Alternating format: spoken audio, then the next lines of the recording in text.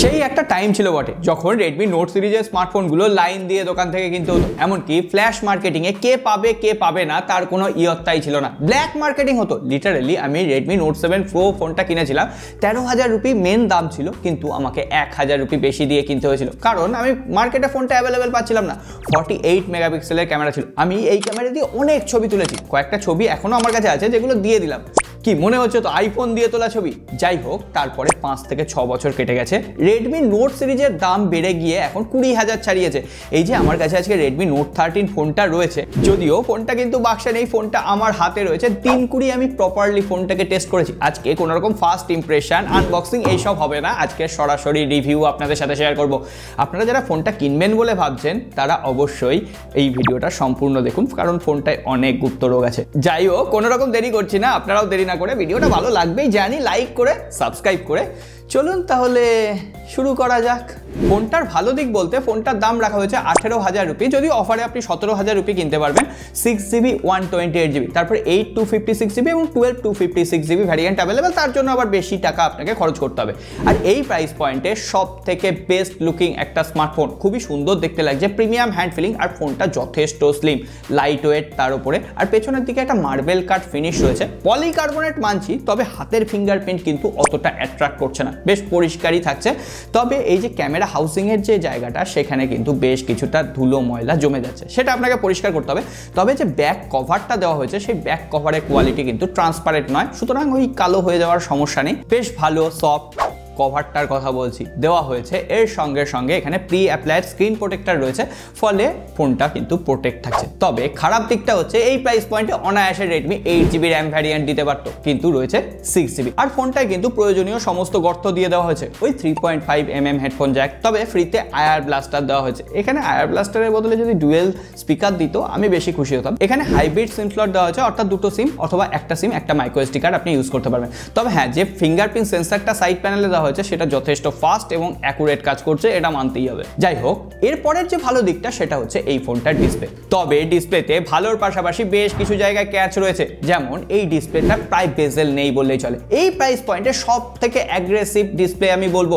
Colour point একদম natural ছিল, viewing angle যথেষ্ট ভালো ছিল। ইউটিউবে 4K সাপোর্ট নেই, আপ টু 440p পর্যন্ত আপনি ভিডিও দেখতে পাবেন। ইউটিউব, নেটফ্লিক্স, অ্যামাজন প্রাইম কোথাও কিন্তু HDR এর সাপোর্ট নেই। ডিসপ্লেটা বেজেললেস হওয়ায় ভিডিও দেখার এক্সপিরিয়েন্স সুপার ছিল, কিন্তু সেক্ষেত্রে HDR-টা না থাকা এটা কিন্তু একটু ডিসঅ্যাপয়েন্টেড। শুধুমাত্র তাই নয়, এখানে ডিসপ্লেতে কর্নিং গরিলা গ্লাস 5 এর প্রোটেকশন রয়েছে, সুতরাং প্রোটেকশন মানে ডিসপ্লের প্রোটেকশন নিয়ে তো কোনো রকম চিন্তাই নেই। এছাড়াও ডিসপ্লেতে 6.67 ইঞ্চির একটা ফুল HD+ AMOLED ডিসপ্লে রয়েছে, 120 হার্টজের রিফ্রেশ রেট রয়েছে, আর ডিসপ্লেটা যথেষ্ট স্মুথ ওয়ার্ক করছে। কিন্তু AMOLED ডিসপ্লে হলে আমরা মাল্টিমিডিয়া এক্সপিরিয়েন্স অনেক ভালো চাই, কিন্তু এক্ষেত্রে ক্যাচ হচ্ছে এখানে একটা সিঙ্গেল বটম ফায়ারিং স্পিকার রয়েছে। স্পিকারের আউটপুট যথেষ্ট লাউড, তবে ভোকাল, ট্রিপল এবং বেস ঠিকঠাকভাবে ব্যালেন্স করতে পারছে না। আমার মনে হচ্ছে ট্রিপলটা অনেকটা বেশি, তবে সিঙ্গেল স্পিকার অনুসারে সেটাও মেনে নেওয়া যায়। 1000 নিটসের পিক ব্রাইটনেস রয়েছে, যেটা ডাইরেক্ট সানলাইটে একদম ঝকঝক, কোনো রকম দেখতে অসুবিধা হবে না। পারফরম্যান্সের জন্য Redmi Note 13 এ দেওয়া হয়েছে MediaTek Dimensity 6080 chipset, 6nm processor রয়েছে, DDR4X RAM, UFS 2.2 storage type. Daily used অ্যাপ্লিকেশনগুলো একদম স্মুথলি হ্যান্ডেল করে দিতে পারছে, কোথাও কোনো রকম ল্যাগ বা জিটারনেস নেই। আমি ব্যাংকিং অ্যাপ্লিকেশনও এখানে ইউজ করে দেখেছি। এছাড়াও সোশ্যাল মিডিয়া অ্যাপ্লিকেশনগুলো কিন্তু যথেষ্ট অপটিমাইজ ছিল, র্যাম ম্যানেজমেন্টও যথেষ্ট ভালো ছিল। পারফরম্যান্স নিয়ে আমার কোনো রকম অসুবিধা হয়নি। তবে এই যে প্রসেসরটা দেওয়া হয়েছে, সেই প্রসেসরটা মোটামুটি 15 হাজার রুপির আশেপাশে এলে সব থেকে বেটার হয়, কিন্তু এই ফোনটার দাম মনে রাখতে হবে 17 বা 18,000 রুপি।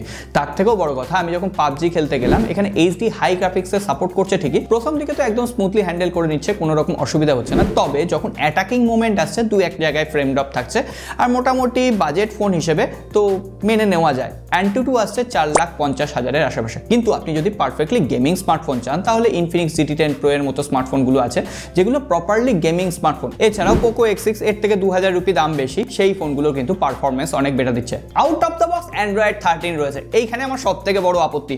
একটা মোটোরোলার বাজেট ফোনে আমরা out of the box Android 14 পাচ্ছি, তাহলে Redmi কেন পারবে না? Android 13 মানে আপনি ওইদিকে অপারেটিং সিস্টেম আপডেট কিন্তু কম পাবেন। এর সঙ্গে MI UI 14 দেওয়া হয়েছে, তবে HyperOS এর আপডেট আসবে বলে শোনা যাচ্ছে, কিন্তু কবে আসবে এখনো পর্যন্ত আমার জানা নেই। ওভারঅল সফটওয়্যার এক্সপিরিয়েন্স ভালো ছিল। MIUI ডায়ালার আপনি সেট করে রাখতে পারবেন, অর্থাৎ আপনি লুকিয়ে লুকিয়ে কল ফল রেকর্ডিং করতে পারবেন, কিন্তু এখানে ভরে ভরে ব্লোটওয়্যার ঠুসে দেওয়া হয়েছে, যেগুলোকে আপনি আনইনস্টল করে দেবেন ঠিকই, তারপরও বেশ কিছু আনওয়ান্টেড নোটিফিকেশন আসছে। এছাড়াও গেট অ্যাপস যেটা রয়েছে সেটা আপনার ফোনকে নোংরা রাখার জন্য যথেষ্ট, যে কোনো সময় যে কোনো জায়গায় একটা অ্যাপ্লিকেশন রেকমেন্ডেশন দিয়ে দিচ্ছে। আর ডিসপ্লেটা আপনি বাঁ দিকে সোয়াইপ করলে এখানে ভরে ভরে আপনি প্রমোশন দেখতে পাবেন, মিন্ত্রার প্রমোশন হোক বা হট গেমসের বা পপুলার গেমসের, এই ধরনের প্রমোশন কিন্তু আপনি দেখতে পাবেন। যদিও এগুলোকে আপনি অফ করে নিলেন, তারপরও গ্ল্যান্সটাও আপনার কিন্তু একটু সমস্যা করবে, সেগুলোকে অফ করে নিলে মোটামুটি একটা ক্লিয়ার সফটওয়্যার এক্সপিরিয়েন্স পাওয়া যাচ্ছে। এরপরে ওভারঅল 5000 mAh ব্যাটারি 33 ওয়াটের চার্জার দেওয়া হয়েছে।